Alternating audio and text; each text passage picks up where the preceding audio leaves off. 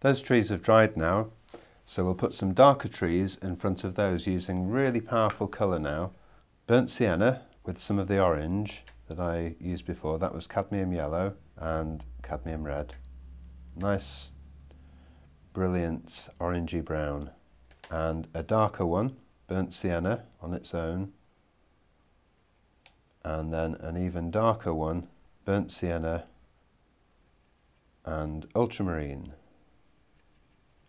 Nice powerful dark brown.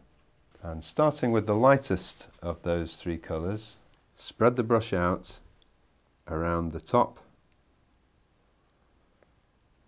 So again, there's not too much paint on my brush. Put a little bit of orange in there as well. And then the deeper brown underneath,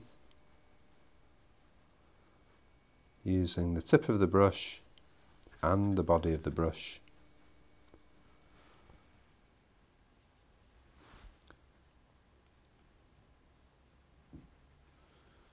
Trying not to make the top of the trees too solid. Leave a few gaps here and there, the sky showing through. Then the deeper brown underneath.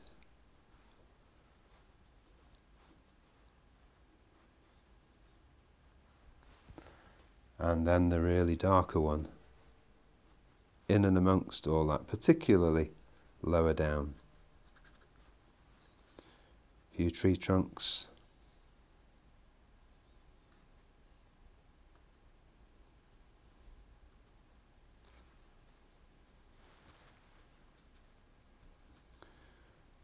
And here I'm using the brush almost dry so it hits and misses the paper.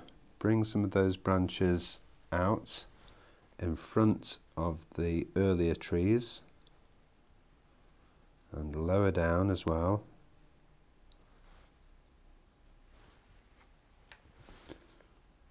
Let's take this a little bit higher up.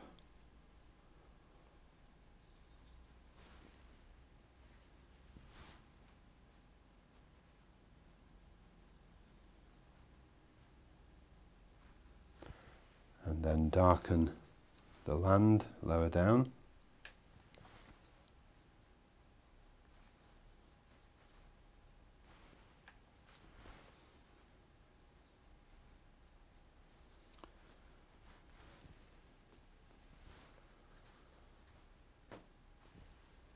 Just spread this out a little bit further.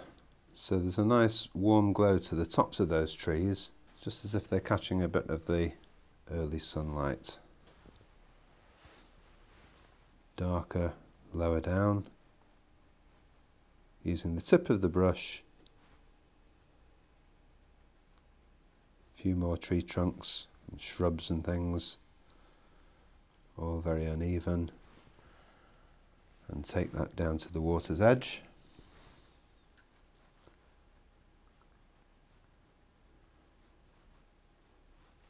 And using a paler grey, now I can paint some reflections underneath those trees.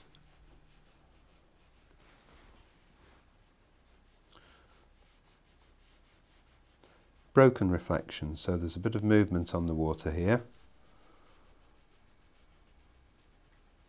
Roughly the same height or the same depth as the height of those trees.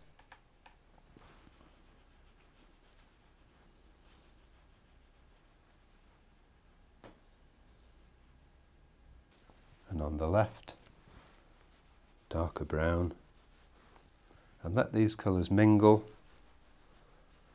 just leaving the odd little bit of light showing through. And when that's dried, I'll darken some of those reflections a little bit more.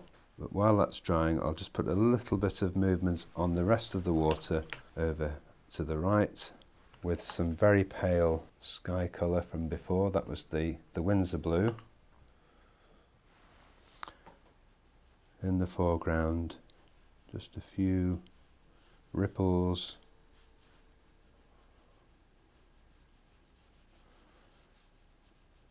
Smaller ones further away.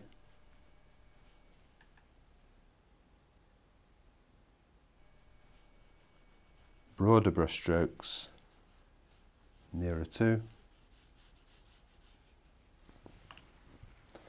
Not too dark, don't want these to jump out of the picture.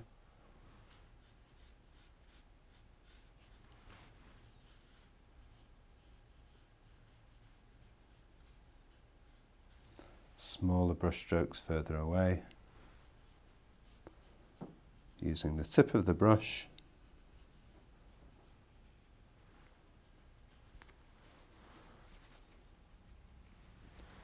Deepen some of these reflections a bit more.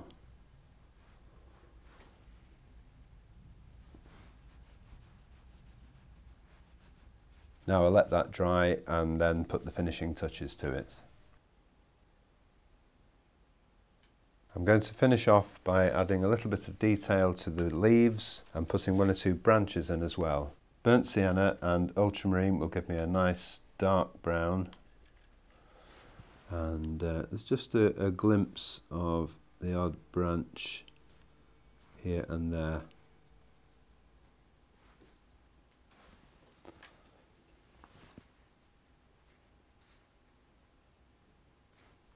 And also a larger brush with the same colours, nice dark brown, just to work in a few shadowy bits, particularly on the lower part of the trees.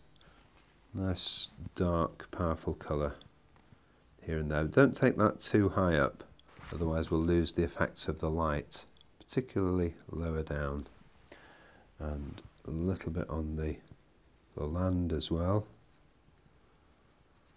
and a few of the reflections.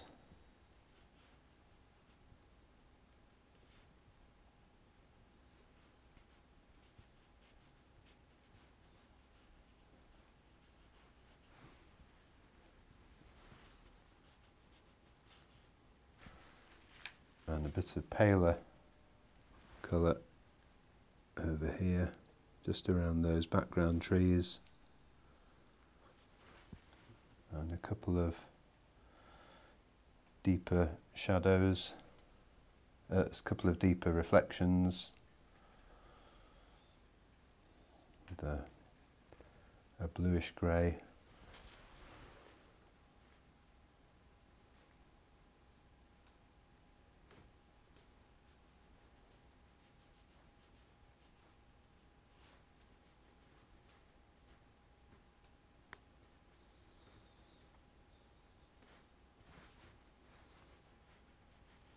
And there we are, finished picture. I hope you've enjoyed watching this demonstration, so why not have a go at painting your own Lakeland scene?